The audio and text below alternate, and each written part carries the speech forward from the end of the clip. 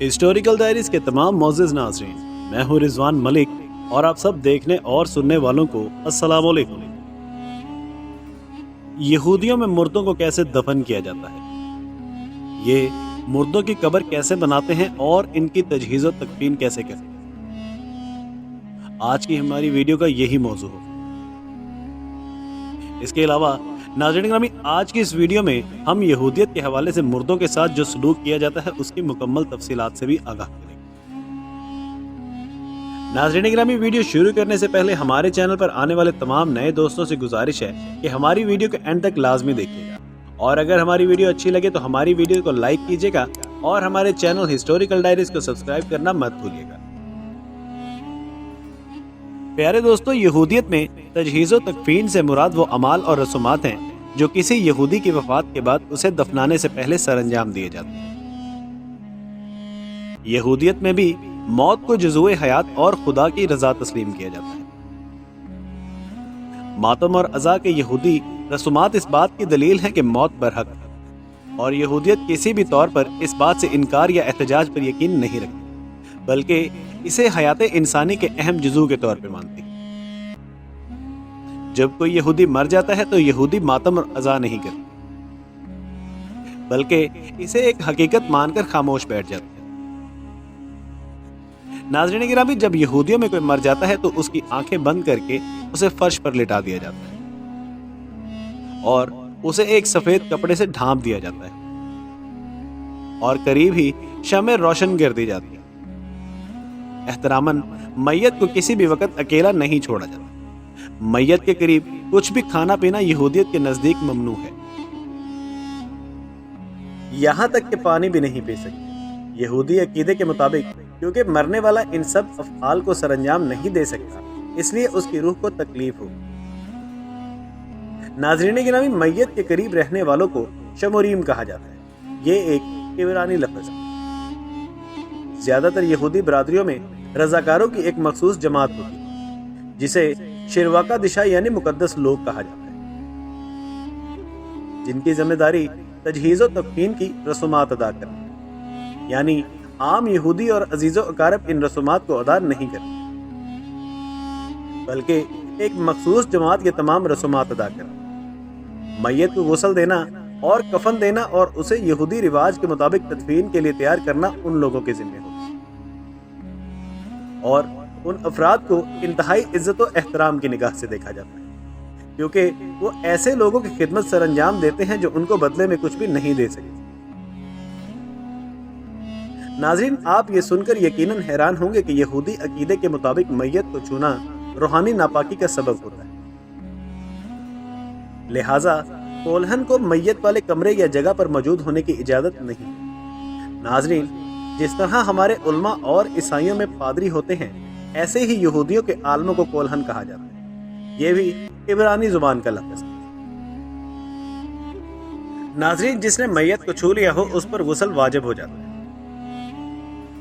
तदफीन का अमल हर मुमकिन सूरत जल्द अज जल्द अंजाम दिया जाता है।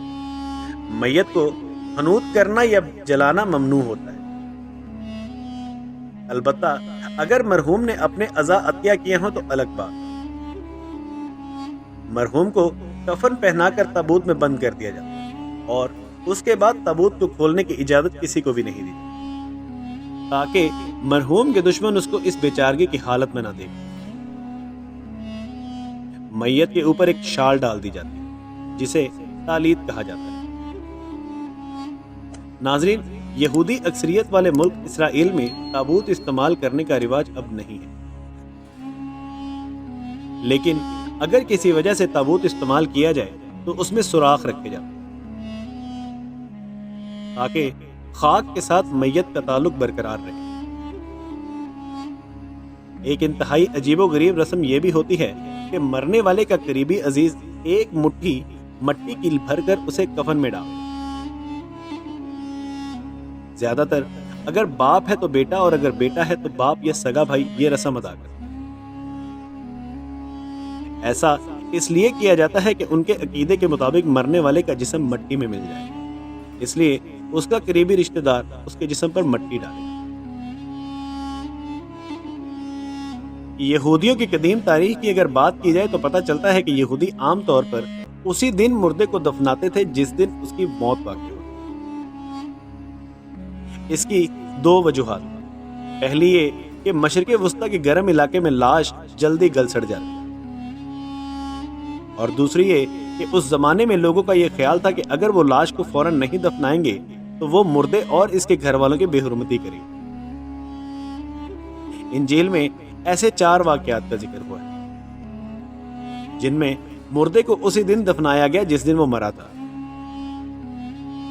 ناظرین، کچھ صدیاں پہلے حضرت یعقوب علیہ السلام کی بیوی راخل فوت۔ اللہ کے نبی حضرت یعقوب علیہ السلام نے ان کی لاش کو گھر واپس لانے کے بجائے رستے میں دفن کر دیا۔ ناظرین، تاریخ سے ظاہر ہوتا ہے کہ یہودی لوگ لاش کو دفنانے کے لیے بہت ہی تیاریاں کرتے تھے۔ مردے کے دوست اور اس کے گھر والے لاش کو نہلاتے تھے، اس پر خوشبو لگاتے اور اس کے جسم پر تیل ملتے اور پھر کپڑے میں لپیٹتے تھے۔ آس پڑوس کے لوگ گھر والوں سے افسوس کرتے تھے اور ان کو تسلی دیتے تھے، مگر ماتم یا عزا نہیں کرتے۔ ناظرین، بہت سے یہودی خاندان قدرتی غاروں میں قبریں بناتے تھے یا پھر چٹانوں میں کھدائی کر کے اپنے مردوں کو دفناتے تھے۔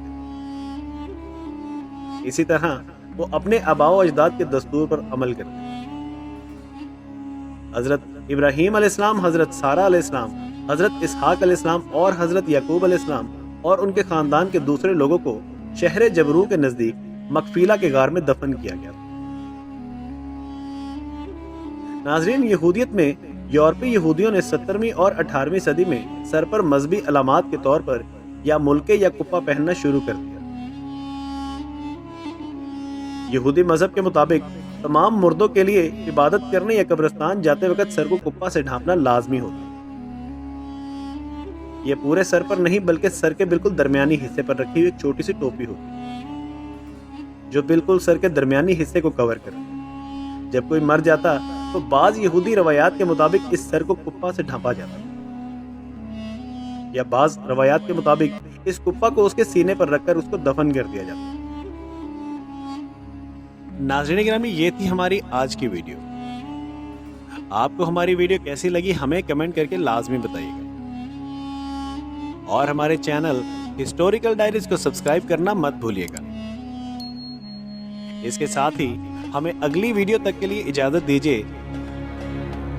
اللہ نگہبان۔